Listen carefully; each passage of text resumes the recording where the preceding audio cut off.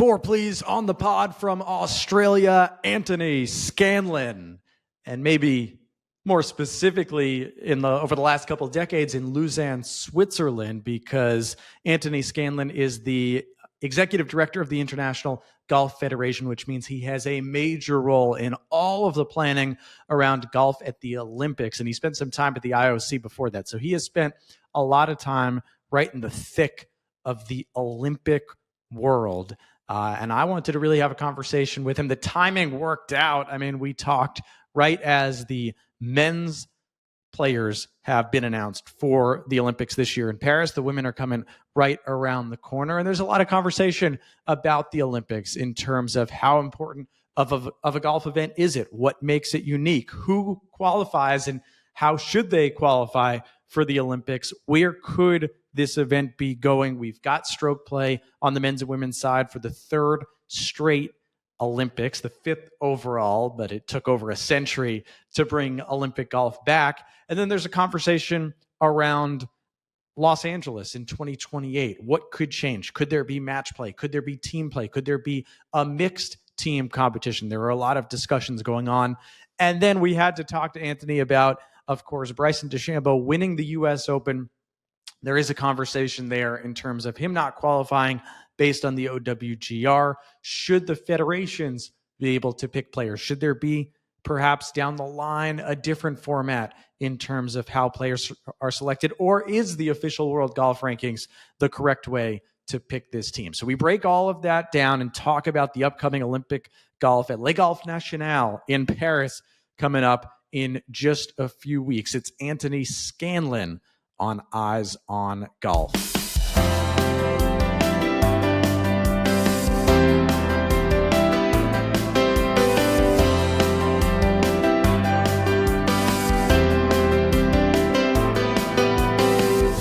Well, this feels like a very special edition of Eyes on Golf because it's the same day. We're taping this on Tuesday, June 18th, that the men's competition, the field has been named for the Olympic competition in Paris this year. And Antony Scanlon, the executive director of the International Golf Federation, is on the line here. I don't know if you're telling me I'm the 61st player or just stopping by to talk some Olympic golf. No, sorry, mate, you missed out.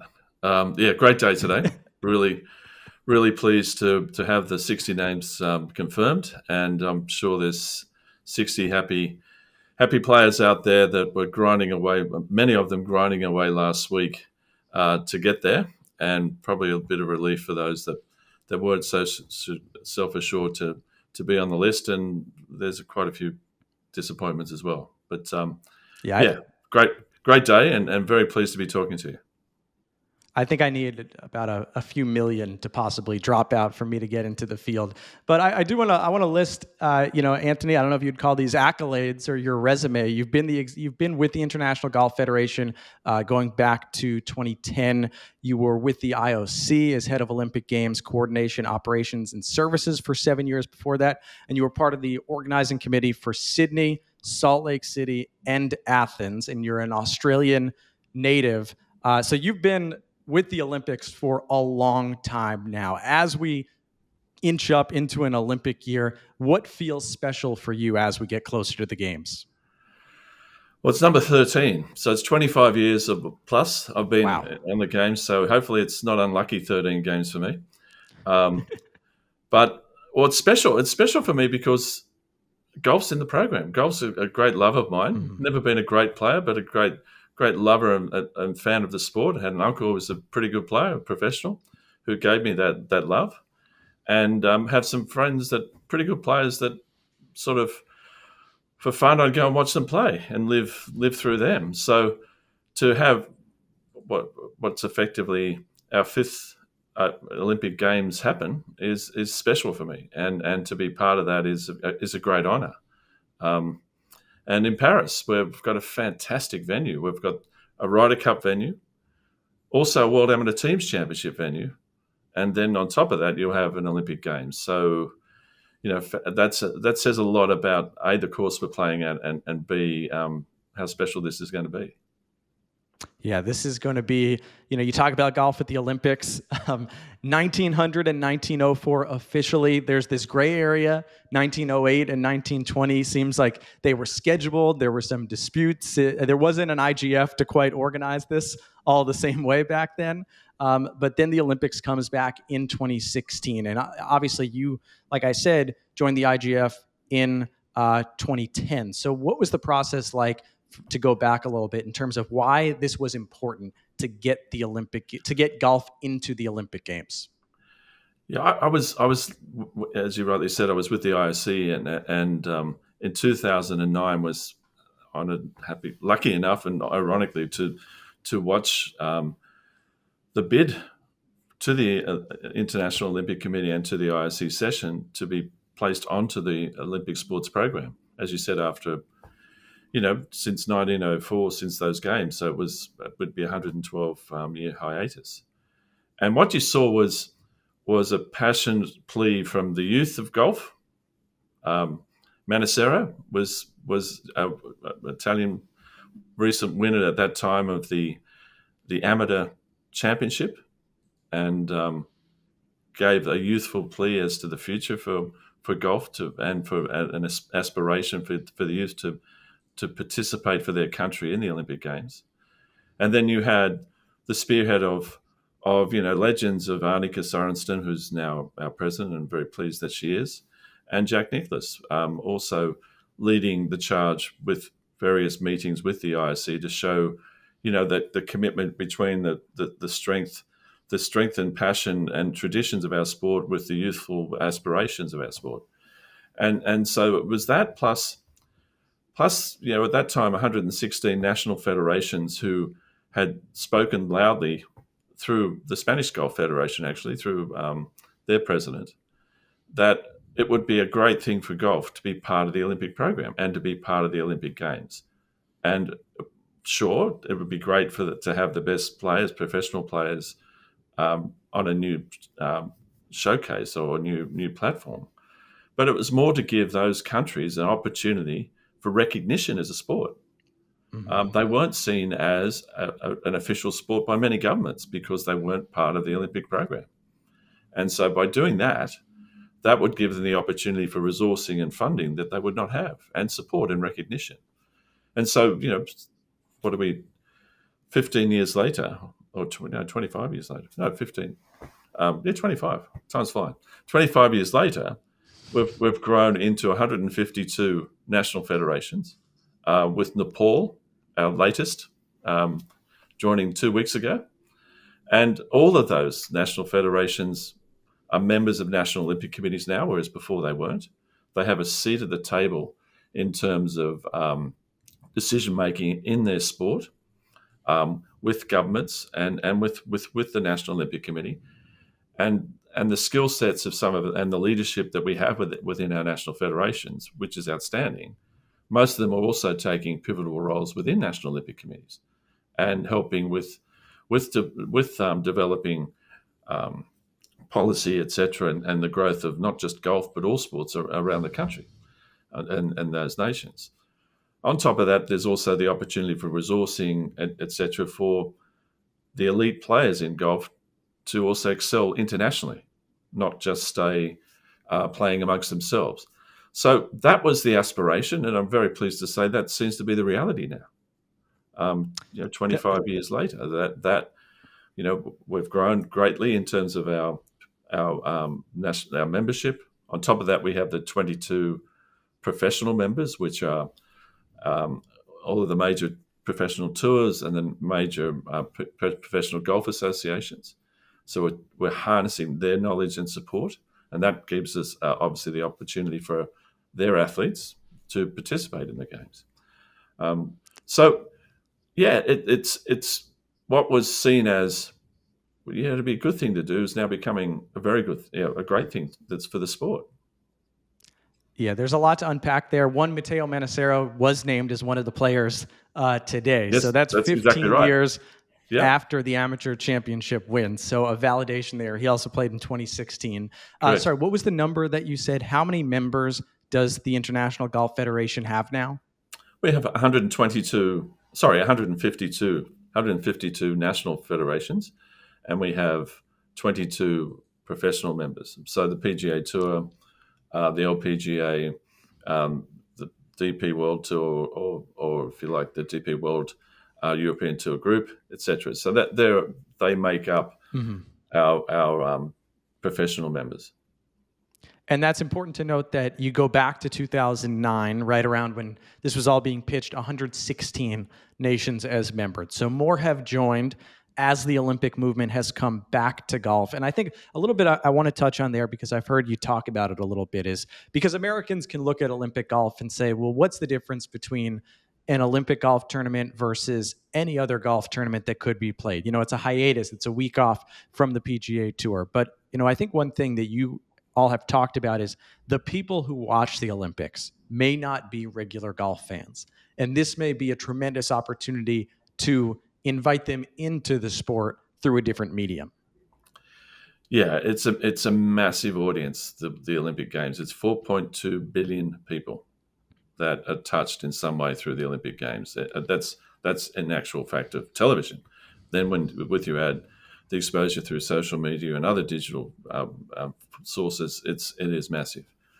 And from a viewer point of view, I think we'll have 39 different nationalities. Every one of those nationalities will be viewing golf in some way. And then on top of that, you add others that will have the broadcast streaming through their television sets. They'll watch it. And so what we see is, we see a much younger audience. We see 60 to 70% of that audience, as you rightly said, don't normally watch golf. They might have put it on for 2 seconds, but they're connected by what I call the five rings fairy dust. Once they see one of their countrymen dressed in the colours of their country with that flag on their chest, they watch them. They want to compete. They want them to perform, and so they get drawn into watching the sport. And so, you know, with that newer audience, younger, more females, which is great too. It's 55%, 45%, 55% male, 45% female, which is a big difference to our normal demographics. So we're introducing our sport. We're introducing to a new fan, which we're hoping that fan will say, "Hey, this is pretty good to watch. Yeah, let's go and watch this some more." And then a little bit more stickiness in terms of, "Hey, maybe I want to go and play this game. Let's go down to the local golf club." And that's where we're working with our membership, our national federations, to start capitalizing upon that 3-week to 4-week halo of, okay, golf's prominent. They're seeing it, our athletes, our best athletes, and they're seeing it in, showcasing it at its highest level. Why not? Let's go and try it. And so that's the other reason we're there. It's to showcase our athletes, and they have a massive, as I said, a massively new audience for them to show their skills. To if we want to use the modern term now, to expose their brand. I still think they're people, not brands, but that said, and so the recognition they're getting of themselves is far greater than they would week in, week out on the tours and maybe at most of the majors. And we've been able to measure that in terms of that exposure across the audiences that they're exposed to. You've now had 2 editions of this rebirth of Olympic golf. Rio and Tokyo, very different experiences. One, you have in Rio, you build an Olympic golf course. You get Gil Hands and you actually create this course to open up for the Olympic Games. Then you go to Japan and you have a course that hosts a PGA Tour and Japan Golf Tour event. And you have what you would have expected if there were fans in Tokyo. You probably would have expected a massive audience in that golf crazed country. So what have those 2 different experiences been like for you? What have been the positives to take away? Rio was fantastic for a number of reasons. It was difficult, sure. We had to build a golf course. I recall that one of the pitches to the ISE when golf was bidding to be on the program was, every city has a golf course. Sure, but Rio didn't. So we had a fantastic support from the Brazilian Golf Federation and the local golf clubs and the community there, with a passion to build a world championship golf course, if you like, or an Olympic golf course. And we went through a bidding they went through a bidding process, and Gil Hands came out, and he's a wonderful man, a wonderful designer. He and his team dedicated their lives, for 2 years to build that golf course. They lived on site, crafted, I think, one of the most fun golf courses that you can play. And I'm really pleased to say that it is the only venue that's still operational out of the Rio Olympic Games. And this year they held the PGA Americas event with the Brazilian Open there, and it was in fantastic nick from what I heard, and the players really enjoyed it, as did the Olympians back in 2016. So that was out of that has come a great legacy, surprisingly, and a great course, and so that's lasting, and it's a great footprint in South America for golf. Then we go to Tokyo, and the other thing that came out of that was 6 wonderful medalists from 6 different countries who have been fantastic ambassadors, not only for golf, but also for the Olympic Games. And from them came this fantastic momentum that led into Tokyo. And the world changed, unfortunately, around that time with COVID. But we still had the commitment. We had a great commitment from all the top athletes to be in Tokyo, even though they were facing, pretty much a lockdown, staying in the village, traveling at least 90 minutes in a car all the way to the golf course, shut in the golf course, not able to go and see other events. Whereas in Rio, the other great experience that the athletes had was the opportunity to go and be part of a national team, to go and watch and support their players in the pool or at the basketball courts or at the track. And also to have the similar support from the athletes from their own team to come from the village and be there on the final day or any of the other days supporting their fellow countrymen. So that wasn't available there. But what we did have was this wonderful family feeling amongst all the countries. So the women came early. They practiced with the men for a few of those days. And then it got to a point when you were practicing with your teammate, but the next day actually you're teeing up against them. So there's this weird dynamic, but a real feeling of camaraderie. And then you also then saw the athletes, once they finished their round, they go and watch their fellow player and see how they were going. And then they go and practice. So you could feel this great community feeling, and it became even more so when we had rain delays. People came back and everybody was closed into the clubhouse. Again, we had close contact issues, and you have to remember every day of competition, or every day that the athletes were in the village or in Japan, they were doing a COVID test every day. As you arrived at the clubhouse, you dropped in your COVID test, and you wait, and then you got your results, etc. And that was this daily occurrence. Sign in, drop your COVID test, go to the locker, go and hit some balls. So it was so unique that it built a fantastic camaraderie, which I think then again created six more great ambassadors, or 5 more, because we had Lydia Ko, who was a former medalist, and maybe she'll get no gold. Exactly, she needs the gold, and we'll give her a set of steak knives at the end of that. But she gets the full set. So you have that feeling of camaraderie, and that momentum is now carried forth, 3 years later, to this point now where we've got 60 athletes, and we'll have another 60 next week after this week at the KPMG PGA Championship. That will be looking for many of them, a new experience, and one that'll be unforgettable.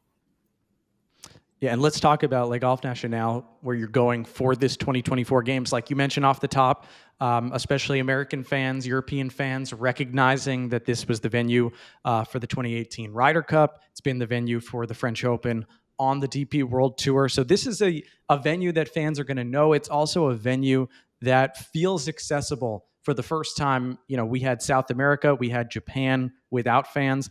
From an American and a European perspective, where we do have the largest current golf infrastructures, this is going to be the closest one. So what sort of atmosphere do you expect out there, and what will be different than what golf fans have seen out of Le Golf National before?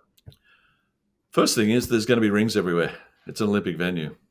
And it's we'll have 2 events out of the 360 odd events that are happening over those 16 days that the games are holding. So it's a different footprint in that respect. The whole of Paris and some other cities within France will have 5-ring fairy dust spreading all over the place. So there's some massive logistical challenges there in terms of how big a crowd can be brought into and out of the venue. So we'll have a smaller crowd, but it's a sellout crowd. It's 30,000 a day, so it's not small, but it's quite large. And the infrastructure will not be as large because it's less about hospitality. It's more about viewing and it's about the athletes and viewing the best athletes and showcasing them. We'll have a golf course that's in fantastic nick. The French Golf Federation and who own the venue and their maintenance crew have done a fantastic job getting it to a level that we expect. We expect a top level championship to have, and they've dedicated the resources to that. And right now, Paul Vermeulen, who's our chief agronomist, is there, and the reports back from him is very, very happy and excited as to where things are at. Still, what have we got? 7 more Thursdays to go before competition, but who's counting? And at the moment, we're optimistic that the players are going to enjoy it and see it at its best. Our hope is to see that course at its best ever, and that's what the players expect because it's an Olympic championship. And with the you'll see nationalities. You'll see not just 2 countries or one continent versus another country. You're going to see 32 different countries amongst 60 athletes, and you're going to see their uniforms and their flags, and you'll see tribalism at its best as you do at any international competition.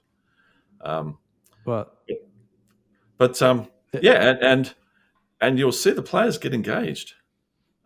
So it's going to be, I think, an exciting time for the athletes because they're going to have a great crowd and a vocal crowd, and it's from what we're seeing with the ticketing, it's very universal. So there's huge lot of local support, but I think 60 to 70% of the tickets are international. So it'll be great. Yeah, a lot of those. Yeah, similar to television. There's a lot of Americans that have some poor memories of that venue going back to the 2018 Ryder Cup, Antony. So I don't know if it's American fans buying it up or perhaps some European fans. There might be some I do want to. I do want to touch on the process for those who don't know in terms of the men and women picking the teams. Top 15, you are into the Olympic competition, max 4 per country. And then after the top 15, you go 2 players, max 2 players each country to fill the field, 60 men, 60 women. That's the process that it's been now in these 3 Olympics. Going back, what was the reasoning behind using the OWGR? Was this mirroring any other perhaps sport? Because there are, take a sport like basketball, that is a more of a handpicked selection by the federation. So how did you determine what to do here? Yeah, we thought 2 things. First thing is that we want the athlete themselves to earn the honor to represent their country and also to ensure that we have the best athletes participate at the games. Now, that said, we also want to balance that with diversity. So it's strength of field versus diversity of nationality. And then to do that, what's the fairest way? And frankly, right now, there's no better system than the official World Golf Rankings. And similar to the rankings themselves, where points reduced over a 2-year period, we started a 2-year period out from when actually last week. So as to 2 years ago, back in June, in 2022 was when the ranking started, and so more points you get later, more obviously they count towards the rankings, and that's what we're seeing leading into this week's final results. So we thought, for top 15, the IOC normally has a rule within the Olympic Charter which says maximum number of participants per country is 3. Tennis had an exception by being allowed to have 4, and so we used that precedence and said, well, there's a number of countries such as America on the men's side, Korea on the women's side, etc., and Japan as well, and the US also on the women's side, that if we don't want all of them there, but also if we reduce it down to that, we're going to reduce the strength of field. So we saw the success of tennis with the 4 participants per country, and the IOC agreed to that. So by having that maximum within the top 15 and then opening it up to a maximum of 2 per country after that until we fill the field of 60, we end up with a really strong field. And on the women's side, I think we'll have 18 of the top 20, and the other 2 aren't there because they're maxed out on the nationalities. So everybody that can be there that's qualified, that is selected by the National Olympic Committee, because that's the other issue. It's the National Olympic Committee that ultimately selects the team that participates at the Olympic Games. And some NOCs may select a different criteria to our minimum criteria, but that's their right. So we get to that with the strength of field, a diversity that we have, and we end up getting some very good medalists. And if you recall from Tokyo, a playoff for bronze. So we're playing off for the medals, and we had a 7-player playoff. 6-person playoff. Yeah, it was 7, and 7. Yep. So we're unlike once there's a bit of distance of time between who wins a major, we don't seem to remember who came second or third. But with these pieces of metal around their neck, we do remember who comes second and third. I think we remember that playoff. Hideki Matsuyama obviously being local. You had Rory McIlroy, you had Colin Morikawa, and CT Pan came out of that playoff. So that was certainly a memorable moment that was created. Now, I know when you defined this criteria back for the 2016 Olympics, you weren't expected to deal with some of the things that we have had to deal with in golf over the last few years. It so happens that we're talking right after the U.S. Open. There are people out there clamoring for Bryson DeChambeau, including himself, to have an Olympic spot. He actually moved all the way up to 10th in the OWGR, which is 6th in terms of the U.S. Federation, but he won't, as of now, unless 2 Americans choose not to go. He, as of right now, will not be going to the Olympics. Some of the things that have gone on in golf, has that made you rethink this format going forward? Well, we'll see. Unfortunately, when all this has happened since the 2-year period when we started the ranking system, and we can't start, once we're committed to that and the IOC agrees to it, we hold course. So that's what we've done. Now, obviously, you've got to look at this and say, okay, well, can we have a better field? And maybe, based upon the criteria we have, we'll review it, and we'll see with the IOC if it sits with them that they're happy if we were to do that. But certainly, everything after these games is reviewed. The competition format, the qualification system, etc.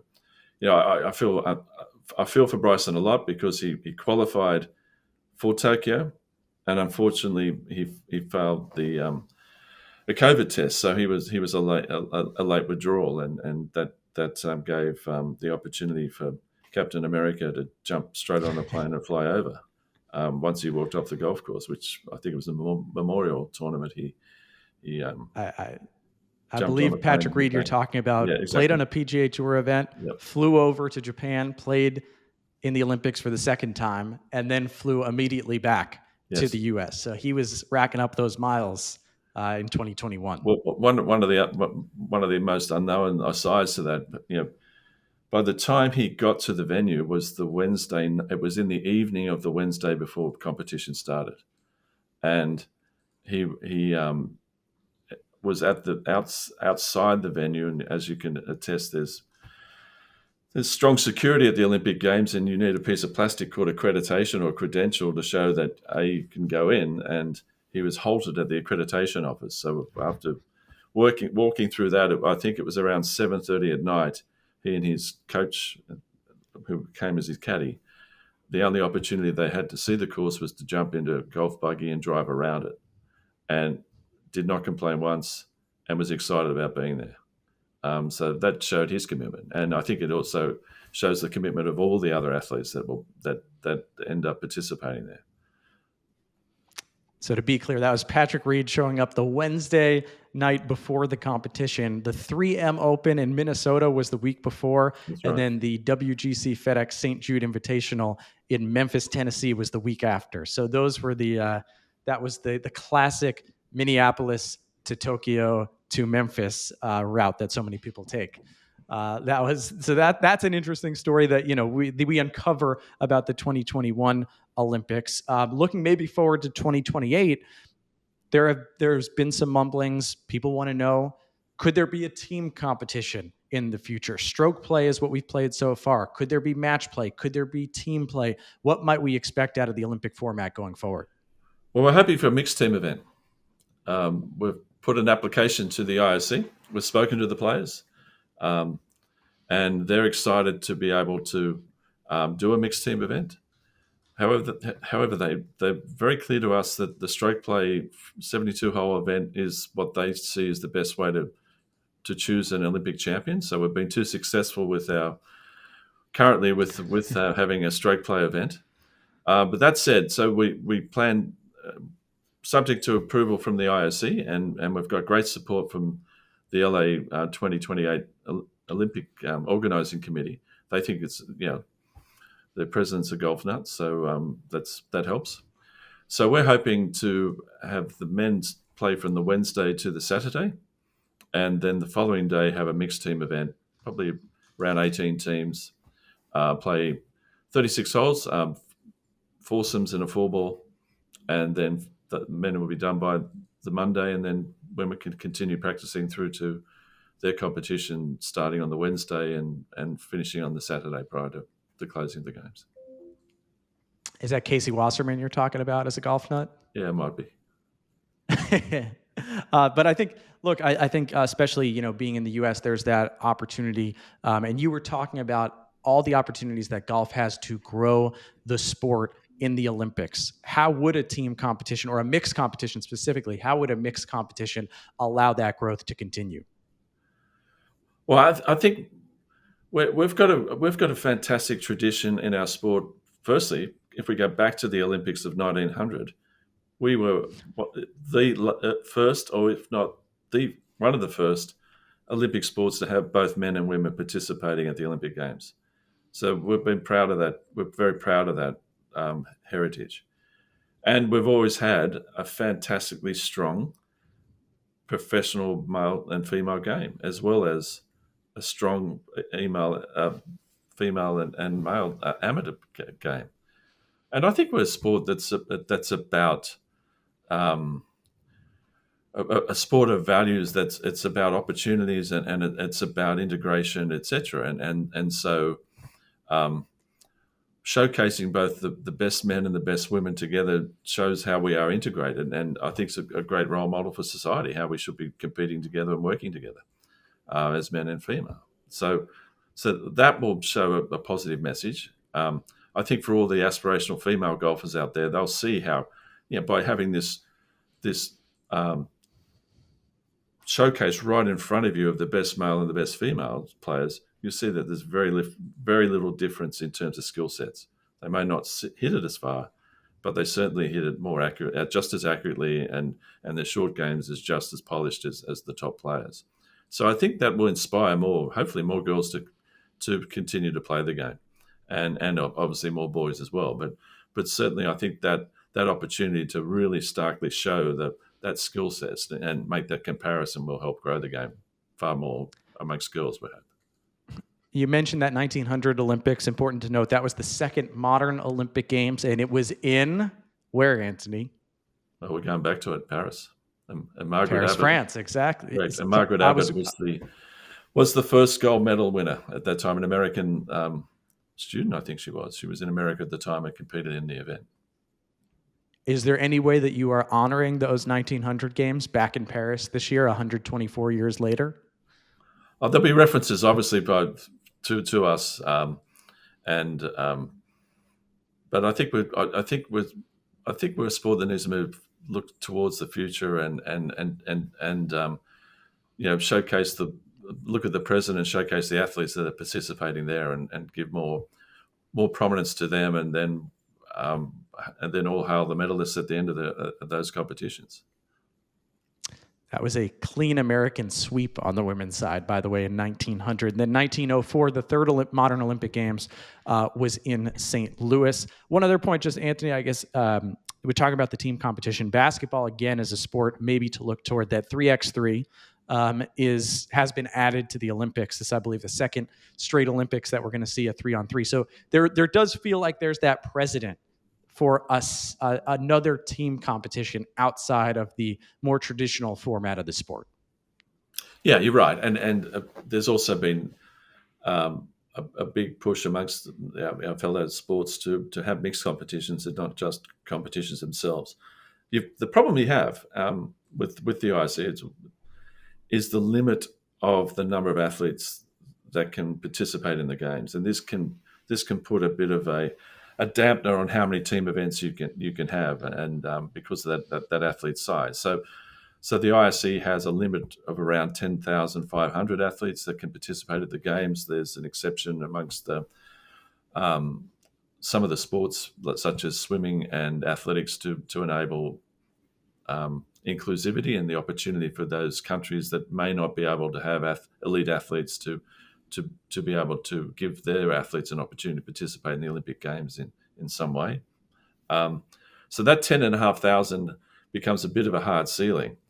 And then if you start adding other sports, as the IC does, and you start adding teams which have much larger numbers, it puts a big strain on that limit and also on the staging of the games. So it's a balancing act that the IC and the organising committee has to make in terms of how many teams, how big, and the team sizes, and how many athletes overall. And look, in 2016, I think on the women's side, it's been perhaps easier for you all to convince the players to come on over. In 2016 on the men's side, there were definitely a lot of top players that held back. There was definitely a lot of, I think about from the American side, Ricky Fowler, Bubba Watson, Patrick Reed, a lot of support of the Olympic Games and the experience that they had. And then you saw in 2021, Rory McIlroy come over. I know John Rahm was planning on coming, and he had his own, I believe, bout of COVID to deal with. So now we get to a situation where right now it seems like everyone's coming. We see the list come out today, all of the top names: Scottie Scheffler, Xander Schauffele, the reigning gold medalist, Rory McIlroy. From the men's side, we're seeing all these names come out. How do you think that has validated the Olympic Games as it's gone on, and why has that sentiment changed? I think if I go back to Rio, there were some challenges in the environment, both on the security side, home safety, etc. So there was those, justifiable, I think, in some respects. Zika was there as well. One of the least publicized statements that was released by the World Health Organization straight after the games was to all the athletes, and we had to distribute it, was that all those that participated in the Olympics, it was advised to not have unprotected sex for at least 3 months after the games. So that, there was some just cause for young athletes who were having, starting families, etc., to be concerned. And I think it was trivialized some of the reasons why people did not go, and I respect those. But those that did go had that wonderful, unique experience I was talking about before. That opportunity to be part of a national Olympic committee and a big team itself, to be prominent within that team, to take a leadership role for their National Olympic Committee and for their country, to also have the opportunity and to compete for their country, and then also have the opportunity to go and be a fan and witness the Olympic Games and to see just how big and massive a sporting event it is. I was fortunate enough. My first Olympic Games was in 1996, and I've got goose pimples now thinking about that first event I went to. And What that's was what it? it does to you. That's what it was, and it was a bizarre one. It was weightlifting, Okay. but it was phenomenal to watch because it was the Olympic Games. And I think, as I said, the ambassadors we had in terms of our medalists and those that didn't medal came back and said to the other players, boys, you missed out on something. You really missed out on something. And then, having had a successful Zozo tournament in Japan in November 2019, and then before the world caved in, everybody was thinking, well, Japan will be a fantastic place to have an Olympic golf competition because they're great fans. It's the second biggest market of our sport, and the course that we were playing at it turned out to be a wonderful course as well. So those that could get there wanted to be there. They wanted to experience the games. Was it the same experience that those that were lucky enough to be there in Rio? But again, it was unique enough and special enough for them to say, you know what, if I qualify next time, I want to.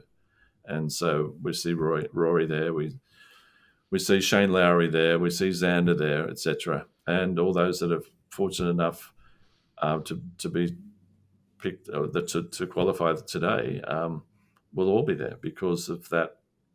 What great ambassadors of Justin Rose and Henrik Stenson and Matt Kuchar carrying their medals everywhere and making everybody jealous.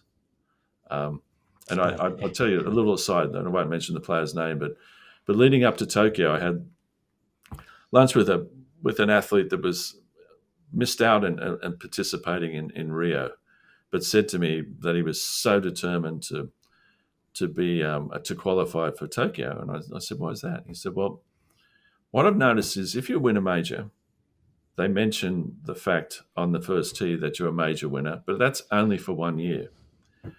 He said, for the last 4 years, I've just got sick of hearing Justin Rose, Olympic champion. And you know what? I want that. So there you go. That's amazing. And I think it's worth noting, Antony, what's going on in golf right now. That, two names that come off the top of your head are Scotty Scheffler and Nelly Korda, the two world number ones headed to this Olympics in the midst of historic seasons. And it feels like as the Olympic golf continues to get validated in this third go around, having an Olympic medal, an Olympic gold medal, which Nelly Korda already has, feels like it continues to be part of the conversation of the accolades of a historic golf season around the world. Yeah, it's got its own unique place. And on the men's side, you can, between gold medals, you can win 16 majors. For the women, you've got 20 majors. And you've got to be good enough to A, to qualify, B, to play well on that day and to keep that medal. So that's the uniqueness of it. It's not, it's the Olympic Games. It's not a major, but it's becoming one of those hen's teeth that you want to covet and that you're coveting to have, because not everyone's going to have one and not everyone's going to be there as well. And let me ask you before I let you go, the IGF, the International Golf Federation, we mentioned off the top, founded in 1958. The objective is to encourage the international development of the sport of golf. Obviously, it's been around for a long time. Without the Olympics has become one of the main focuses of the organization. But where do fans come into contact with the IGF outside of the Olympics that they might not even realize? Well, there's it was formed back then as I call a bit of a Cold War relic. It was created as the World Golf Council to host the Eisenhower Trophy, and it was the first World Amateur Teams Championship. And at the time, many countries wanted to replicate the history of the Walker Cup, where the US would play against Great Britain and Ireland. And so many countries wanted to challenge the US, and so to solve that demand, the World Amateur Teams Championship and the Eisenhower Trophy was created under the hosting of President Eisenhower had the first World Council meeting, and I think there was 50 odd countries that attended that, and then that led to the first Eisenhower Trophy being held at St Andrews with the great Bobby Jones as the captain of the US team, and a country I'm a little bit close to was the winner of that first Eisenhower Trophy, which called Australia, with a great Australian who would go on to be a great Australian professional golfer, Bruce Devlin, as one of the members of those teams. And so through that, and then the Espirito Santo Trophy, that World Amateur Teams Championship has continued and flourished. And I think at the last Olympic Games we had 74 participants from the World Amateur Teams Championship that participated in the Olympic Games, and we used to call it the Olympics of golf because of that the wide diversity of countries that were participating in, and the opportunity to bring different cultures together to learn and experience more about each other's cultures and to build friendships from it. And so we're very proud that that's part of our DNA to host the World Amateur Teams Championship, and with that comes great support from the Royal and Ancient Golf Club, or the RNA, and the USGA to help us put that event together. And we'll host that event next year in Singapore. But there's a pretty prominent Swedish player that played in that event just 2 years ago. 2 years ago. So there is great history and great tradition that we take from that event, and we flow that into the Olympic Games.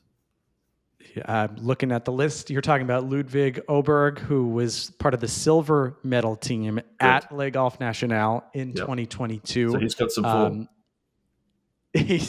So he's been here. He has played well. Nick Dunlap, Gordon Sargent, David Ford, part of the U.S. team that won last year in Abu Dhabi. Nick Dunlap, obviously a winner on the PGA Tour this year. You can see the Højgaard twins winning in 2018. Colin Morikawa, actually the runner-up on that U.S. team. And then all the way back, actually, if you go not to 1958, but 1960, the U.S. won gold at Marion with Jack Nicklaus and Dean Beeman on that team. So there is an incredible history there to the Eisenhower Trophy.